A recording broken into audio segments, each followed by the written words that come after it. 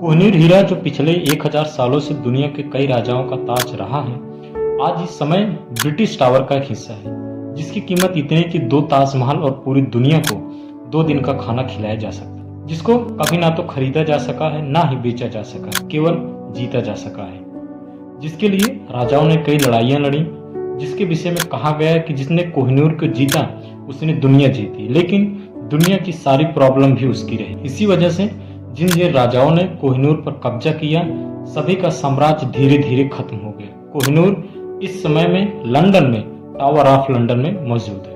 कोहिनूर कितना पुराना है, कहां से आया, यह अभी तक पूरी तरीके से स्पष्ट नहीं है, लेकिन कहा जाता है कि काकतीय डायनेस्टी के समय में इसे आंध्र प्रदेश के गुंटूर जिले की गोलकुंडा की खान से निकाला गया था, जो डेक्कन रीजन में स्थित है और 1175 से लेकर 1325 ईस्वी तक रूल करते थे। जब इस हीरे को निकाला गया तो इसे हिंदू देवी की आंखों में सजाया गया था। 1310 ईस्वी में टर्किश इन्वेडर अलाउद्दीन खिलजी ने जब साउथ इंडियन स्टेट पर लूटने के लिए आक्रमण शुरू किया, तभी उसके आर्मी जनरल मलिक कफूर ने खिलजी को हीरा जीतकर उसे गिफ्ट किया था। अगले कई दशकों तक यह हीरा दिल्ली सल्तनत और भारत के कई राजाओं के पास रहा। फिर यह हीरा मुगल के हाथों लगा, जहां से इसके होने का लिखित प्रमाण मौजूद है। 1556 ईस्वी में बैटल ऑफ पानीपत की लड़ाई के बाद मालवा और ग्वालियर के राजाओं ने यह हीरा बाबर को हार के बदले में दिया था। कई हिस्टोरियन के हिसाब से कोहिनूर का ग्वालियर से कनेक्शन बाबर की ऑटोबायोग्राफी बाबरनामा में मिलता है।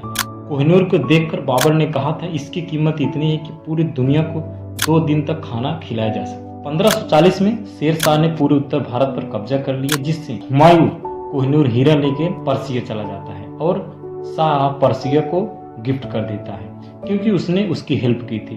1544 में शेर शाह की मृत्यु के बाद हुमायूं शाह पर्सिया की हेल्प से फिर से दिल्ली पर कब्जा कर लेता है। अगले कई सालों तक यह हीरा फिर से गायब हो गया।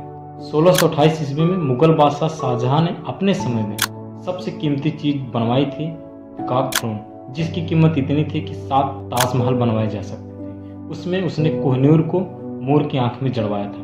औरंगजेब की मृत्यु के बाद धीरे धीरे मुगल साम्राज्य खत्म होने लगा और भारत का धन वैभव देखकर 1739 में पर्शियन आक्रमणकारी नादिर शाह ने भारत पर हमला कर दिया और 50,000 लोगों को मार दिया और पीकॉक थ्रोन, कोहिनूर डायमंड और बहुत सारा धन लेकर वापस पर्शिया चला जाता है। 1747 में नादिर शाह के कमांडर अहमद शाह अब्दाली ने अपने आप को पर्शिया से अलग कर दिया और कोहिनूर डायमंड पर कब्जा कर लिया। अहमद शाह अब्दाली की मृत्यु के बाद उसके वंशज साम्राज्य नहीं चला सके और 1813 में शाह शुजा ने कोहिनूर डायमंड सिख सम्राट महाराजा रणजीत सिंह को गिफ्ट दे दिया, क्योंकि उन्होंने शाह शुजा को रहने की जगह दी थी। महाराजा रणजीत सिंह की मृत्यु के बाद 1849 में एंग्लो सिख वार में महाराजा रणजीत सिंह के वंशज दुलीप सिंह ने कोहिनूर डायमंड को एज ए वार ट्रीटी के रूप में ब्रिटिश को सौंप दिया था। 1851 में हीरे को ग्रेट एग्जीबिशन ऑफ लंदन में रखा गया। हीरे में और ज्यादा सुंदरता लाने के लिए हीरे को पॉलिश किया गया और उसको काटा गया, जिससे हीरे का वजन भी काफी ज्यादा कम हो गया। कोहिनूर को काटने और पॉलिश करने के बाद रानी विक्टोरिया ने इसे अपने क्राउन में सजाया था, जो अगले कई सालों तक ब्रिटिश सेरेमनी का हिस्सा बना रहा। एक मैगजीन के हिसाब से जब क्वीन विक्टोरिया ने अपने क्राउन में सजाया, तब यह ब्रिटिश फैमिली को द क्राउन ज्वेल्स का हिस्सा माना गया, जो अगले कई सालों तक क्राउन सेरेमनी में एक क्वीन से दूसरी क्वीन का हिस्सा बनता रहा। पहले Queen Victoria, then Queen Alexandra, then Queen Mary और फिर क्वीन एलिजाबेथ फर्स्ट। कोहिनूर से जड़े मुकुट को 2 जून 1953 को आखिरी बार क्वीन एलिजाबेथ सेकंड ने अपने क्राउन सेरेमनी पर पहना था। साल 2002 में कोहिनूर को आखिरी बार देखा गया था, जब क्वीन की माता के डेथ के बाद कोहिनूर को उनके कॉफिन पर रखा गया था। 2023 में किंग चार्ल्स III की क्राउन सेरेमनी में कोहिनूर शामिल नहीं था। कोहिनूर के विषय में यह भी कहा जाता है कि यह हीरा जिसके पास रहा, उनका साम्राज्य धीरे धीरे खत्म होने लगा, चाहे वो खिलजी डायनेस्टी रही हो, मुगल डायनेस्टी रही हो, नादिर शाह दुर्रानी एम्पायर रहा हो, या सिख एम्पायर रहा हो, या फिर ब्रिटिश कॉलोनी भी हो। यह हीरा पावर के साथ साथ एक बैड लक भी लेके आया था। दोस्तों, ये वीडियो आपको कैसा लगा कमेंट सेक्शन में जरूर बताएं। Thank you.